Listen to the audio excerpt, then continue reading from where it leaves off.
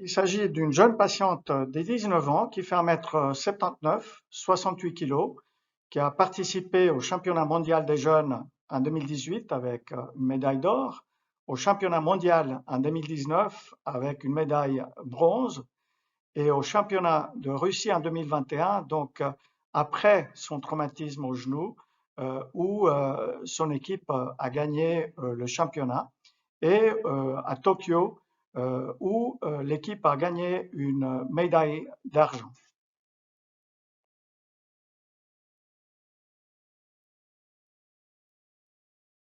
Ça s'est passé très vite, hein, comme vous pouvez apprécier dans la vidéo. Elle a fait un saut, elle a atterri avec la jambe légèrement en extension complète et a fait aussi une torsion associée pressentant cette grave lésion dans son genou droit qu'on a pu investiguer avec des radios que vous voyez là, une radio de profil de son genou. On voit le fémur, le tibia, la rotule ici devant et on voit ce trou dans le condyle fémoral externe. Normalement, cette surface doit être arrondie. On voit sur la projection de face de la radio également cette irrégularité qu'on peut également voir sur la projection sagittale à l'IRM, encore cette marche d'escalier très importante à cet endroit. Sur la radio des membres inférieurs totaux, on voit que l'axe a été dévié par cette impaction du condyle fémoral externe. Vous voyez la jambe gauche, si on fait une ligne entre le centre de la hanche et le centre de la cheville, la ligne passe au milieu de son genou. Ça s'appelle un genou normo-axé. À droite, son genou est devenu un valgus. Donc, vous voyez, la ligne entre le centre de la tête et le centre de la cheville passe plutôt du côté externe de son genou. À l'intérieur de son genou, ce qu'on a vu, c'est cette grosse impaction dans la surface articulaire. Ici, en haut, vous voyez le fémur. En bas, il y a la corne antérieure du ménisque externe et le plateau tibial. Et vous voyez cette manque de congruence entre les deux surfaces. Comme diagnostic, il y a donc une déchirure du ménisque externe, une rupture du ligament croisé antérieur, une fracture impaction du condyle fémoral externe, avec des conséquences importantes pour cette patiente. Une instabilité donc sévère de son genou, une instabilité qui n'est pas fonctionnelle et surtout pas pour quelqu'un jeune avec le niveau d'activité physique qu'elle exerce habituellement et puis qu'elle souhaitait retrouver. Et bien évidemment aussi un risque élevé d'arthrose post-traumatique à moyen ou long terme. Plusieurs défis dans un cas comme celui-ci. C'est une lésion très sévère du genou chez une patiente très jeune, avec des exigences très élevées. C'est une femme qui pratique à très haut niveau les handballs, une activité très demandeuse physiquement, et le temps, parce qu'elle souhaitait, si possible, pouvoir participer aux Jeux olympiques seulement 8 mois après sa blessure. Il y avait aussi un défi sur l'atrophie musculaire généralisée, parce qu'une femme qui est habituée à faire des entraînements tous les jours, qui doit d'un jour à l'autre s'arrêter complètement et se mettre en décharge avec des cannes pendant 2 mois pour protéger son genou, mais elle allait présenter un affaiblissement musculaire, pas seulement des membres inférieurs, mais de ses épaules, de son dos. Un risque aussi d'arthrofibrose ou de raideur du genou après l'intervention, étant donné qu'il y avait des blessures très importantes dans son genou associées au traumatisme chirurgical élevé et le fait qu'on allait procéder à faire ça très rapidement. Un défi aussi dans la prise en charge à cause de la distance. Elle habite à Moscou. Les déplacements entre la Suisse et Moscou n'étaient pas forcément simples. Elle ne pouvait pas rester en Suisse pendant toute la durée du traitement. Donc, il a fallu coordonner avec son équipe et son entraîneur à Moscou pour une bonne partie de l'arrêt du calvaire.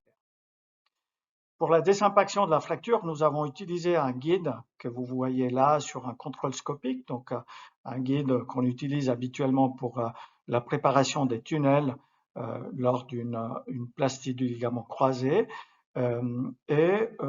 Avec ce guide-là, nous avons de manière précise fait un tunnel qui arrivait exactement en face de l'endroit où il y avait cette impaction dans la surface articulaire. On voit ici à l'intérieur du genou le guide, la pointe du guide à l'endroit où il y avait le defect. Tout ceci à travers une petite incision supplémentaire dans la partie supérolatérale de son genou. Nous avons pu obtenir un résultat très satisfaisant. Une fois à l'intérieur, dans ce tunnel, nous avons désimpacté avec un marteau la surface et ce trou, nous l'avons rempli avec des greffons d'os. Et vous voyez ici le résultat final qu'on a bien vu par arthroscopie. Le placement optimal du tunnel fémoral très très postérieur avant de faire le tunnel et de passer la plastie à l'intérieur des tunnels. On voit le contrôle radiologique post-opératoire satisfaisant, donc la radiographie de profil avant l'intervention avec le trou que je vous avais montré et comment on retrouve cette surface bien arrondie en post-opératoire. La même chose sur la projection de face. Et sur la projection d'IRM également, vous voyez la marche d'escalier qui n'est plus là. On voit seulement les restes de ces tunnels et un peu l'inflammation osseuse suite à l'intervention chirurgicale. On voit également la plastie du ligament croisé intérieur. On voit ici le tunnel, le petit bouton qui a été utilisé pour fixer la plastie au fémur et la vis pour la fixer au tibia. Et sur l'IRM, le nouveau ligament croisé antérieur sur cette projection sagittale. Dans les suites post-opératoires, donc, nous avons mis en place plusieurs stratégies intraopératoires et post-opératoires pour le contrôle optimal de l'œdème, de l'inflammation et la douleur de la patiente. D'abord, il a fallu une protection de la plastie et de la surface articulaire qui était encore fragile pendant 2 mois. 2 mois pendant lesquels elle a dû porter une attelle articulée qui limitait l'extension. Donc, elle avait un genou qui était toujours à 30 degrés de flexion. Elle ne pouvait pas aller en extension complète et elle ne pouvait pas marcher en charge avec son genou. Donc, une paire de cannes marche en décharge avec cette attelle pendant 2 mois. L'utilisation des protocoles que nous avons mis en place avec l'utilisation des machines intelligentes et que nous avons appelé rééducation 2.0 nous ont permis de faire un travail très rapide sur la récupération de la mobilité articulaire et la fonction musculaire à peine 4 jours après l'intervention chirurgicale. Comme vous voyez ici, elle a commencé un travail de récupération de la flexion-extension de son genou de manière contrôlée par ces machines. Nous avons établi une amplitude qui protégeait à la fois la plastie ligamentaire et la lésion de la surface articulaire et commencé à faire un réveil musculaire toujours sans douleur. L'objectif était aussi le maintien de la musculature globale. Le handball, c'est un sport qui nécessite pas seulement des jambes très fortes pour sauter, courir, changer de direction, mais aussi un dos très fort et des épaules très fortes pour pouvoir lancer la balle avec puissance et rapidité. Donc, il fallait aussi travailler le dos, les épaules, pas seulement les hanches et les membres et les genoux. Donc, 2 mois Well après done. l'intervention, Well avec une bonne done. endurance, comme Higher, higher. sans douleur, elle a commencé pour la première fois à marcher en charge complète sans Good. canne.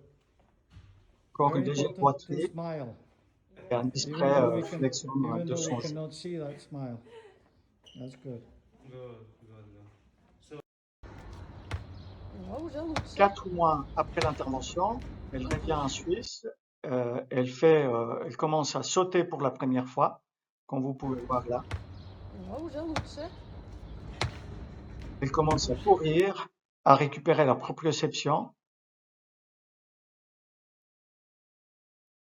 à faire le carioca, cette course latérale qui demande pas mal de coordination, un travail sur la confiance, un début de la réathlétisation pour cette patiente.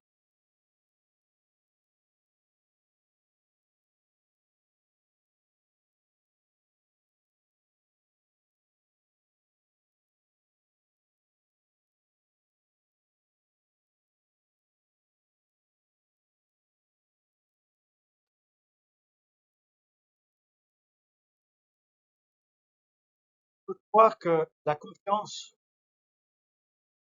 joue un rôle extrêmement important chez les patients qui ont eu une blessure, et en particulier une blessure complexe comme celle-ci. Même les sportifs parfois ont de la peine à retrouver le niveau des jeux précédents à cause du manque de confiance. Et c'est là que l'accompagnement par toute l'équipe de rééducateurs, par son chirurgien, est primordial.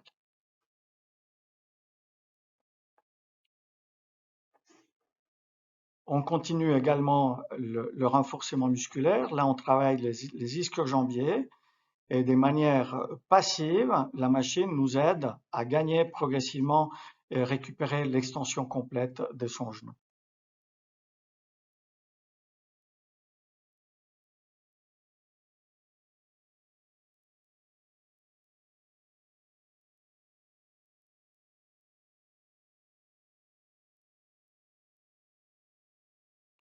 En résumé, ce programme de rééducation a été un peu complexe, étant donné qu'elle habite à Moscou, elle ne pouvait pas rester là tout le temps.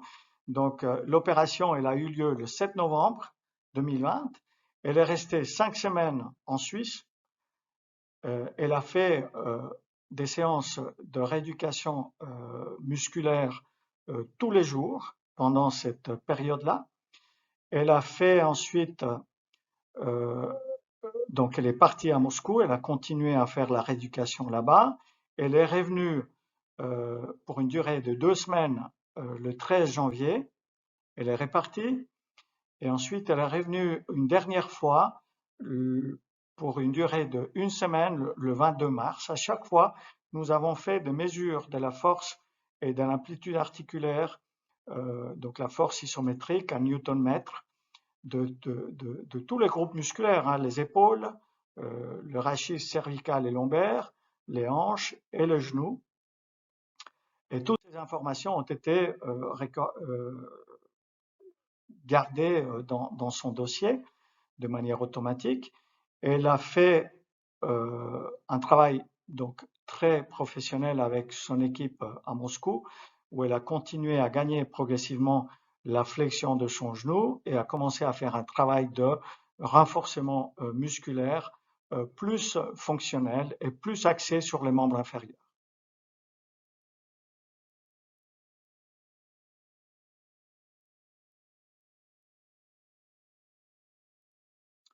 Si on regarde en détail le IKDC, nous l'avons évalué 4 fois. Le 5 décembre, elle était à 34. Le 27 janvier, elle est passée à 66. À 90 le 22 mars et ensuite à 100 le 27 mars. La même chose pour les couches, où vous voyez qu'elle est passée très rapidement de 91,7 à 100 en seulement quelques semaines. l'évaluation globale de la douleur sur toutes les séances qu'elle a faites. Vous voyez que très rapidement, elle avait des douleurs qui étaient vraiment minimes, hein.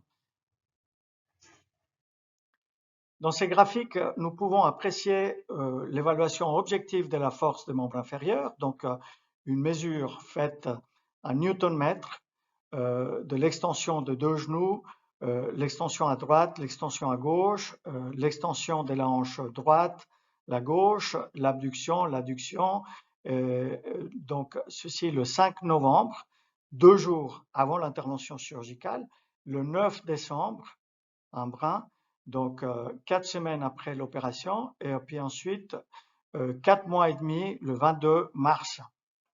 On voit comment l'extension du genou à droite, par exemple, elle était à peu près à la moyenne d'une femme de son âge lors de cette première mesure 2 jours avant l'intervention. Par contre, ça c'était très faible déjà parce que l'extrémité gauche, l'extension du genou gauche avait 239 newtons, donc 26% plus que la moyenne d'une femme de son âge. Et on voit comment l'extension du genou droite s'est beaucoup affaiblie lors de la deuxième mesure, 4 semaines après l'intervention. J'ose pas imaginer ce qu'on aurait trouvé si elle avait fait relativement peu de rééducation ou pas du tout. Là, elle a fait des exercices de rééducation musculaire tous les jours et malgré ça, elle est descendue à 71 newtons à droite pour revenir 4 mois et demi après à 225 newtons, donc beaucoup plus, 18% plus que ce qu'elle avait avant l'intervention. Toujours une extension un peu plus faible que l'extension du genou gauche où elle était à 289 newtons. Donc, des informations très précises qui nous ont permis de focaliser les efforts pour travailler ces deux équilibres persistants. Malheureusement, la patiente, pour des questions de Covid, etc., n'est plus jamais revenue en Suisse. Donc, c'était la dernière mesure que nous avons faite chez elle. Nous avons évalué également la force des épaules quelques jours après l'intervention et nous avons trouvé donc que ici nous n'avons pas des valeurs de référence parce que pour les épaules c'est une technologie très récente et il n'y a pas encore de moyenne, sauf pour l'abduction diagonale où on voit qu'elle avait 77% de plus. Et en seulement 3 semaines à peu près, elle est passée de 79 newton-mètres à 101 newton-mètres. Et à la fin du traitement, 4 mois et demi, elle avait encore progressé 5 newtons de plus. Par contre, nous avons vu que le maximum de la force était vraiment lors de la deuxième mesure. C'est-à-dire que elle est partie en Suisse, de la Suisse, 5 semaines après, donc le premier séjour, elle a fait intensivement.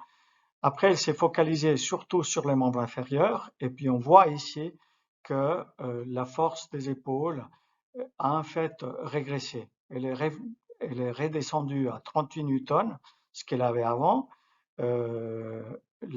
La rotation gléno-humérale interne, elle est redescendue de 39 à 38, mais elle était encore plus forte que la force initiale, donc avant, tout de suite après le traumatisme chez elle. Également la rotation gléno-humérale externe, où elle est passée de nouveau de 25 à 23. Donc une évaluation très intéressante. Heureusement, nous avons fait une rééducation globale des épaules, c'est-à-dire que lorsqu'elle a pu commencer à s'entraîner de manière plus fonctionnelle, elle avait encore même plus de force qu'avant le traumatisme. La même chose pour les rachis, vous voyez que le maximum de la force était vraiment 4 semaines après l'intervention chirurgicale. l'extension de la colonne cervicale, par exemple, elle est passée de 43 newtons à 52 newtons. Et ensuite, elle est redescendue à 4 mois, donc 4 mois et demi après l'intervention chirurgicale, le 22 mars, à 40 newtons. Donc, encore une fois, heureusement, elle a fait un travail musculaire sur son rachis cervical et lombaire tout de suite après le traumatisme, ce qui lui a donné un stock de masse musculaire, de force musculaire, qui ont fait que lorsqu'elle a repris le travail fonctionnel, elle avait encore une force qui était largement supérieure dans la majorité de cas par rapport à la force qu'elle avait avant le traumatisme.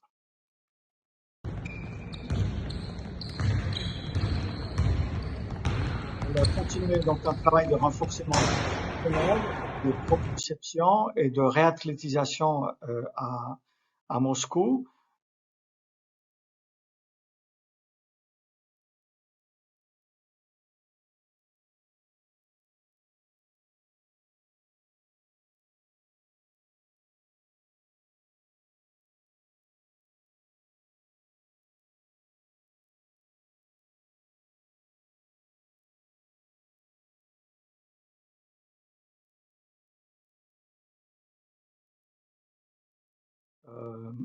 Ici, on voit 4 mois et demi après, elle arrive à sauter sur une jambe.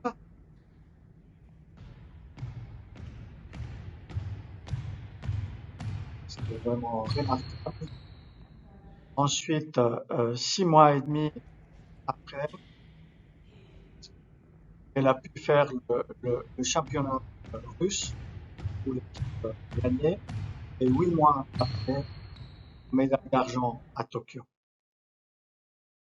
Un énorme travail, un travail d'équipe avec les médecins de son équipe, les entraîneurs. Together we made it. Vraiment très satisfaisant comme résultat. Je suis très content pour Elena et son équipe.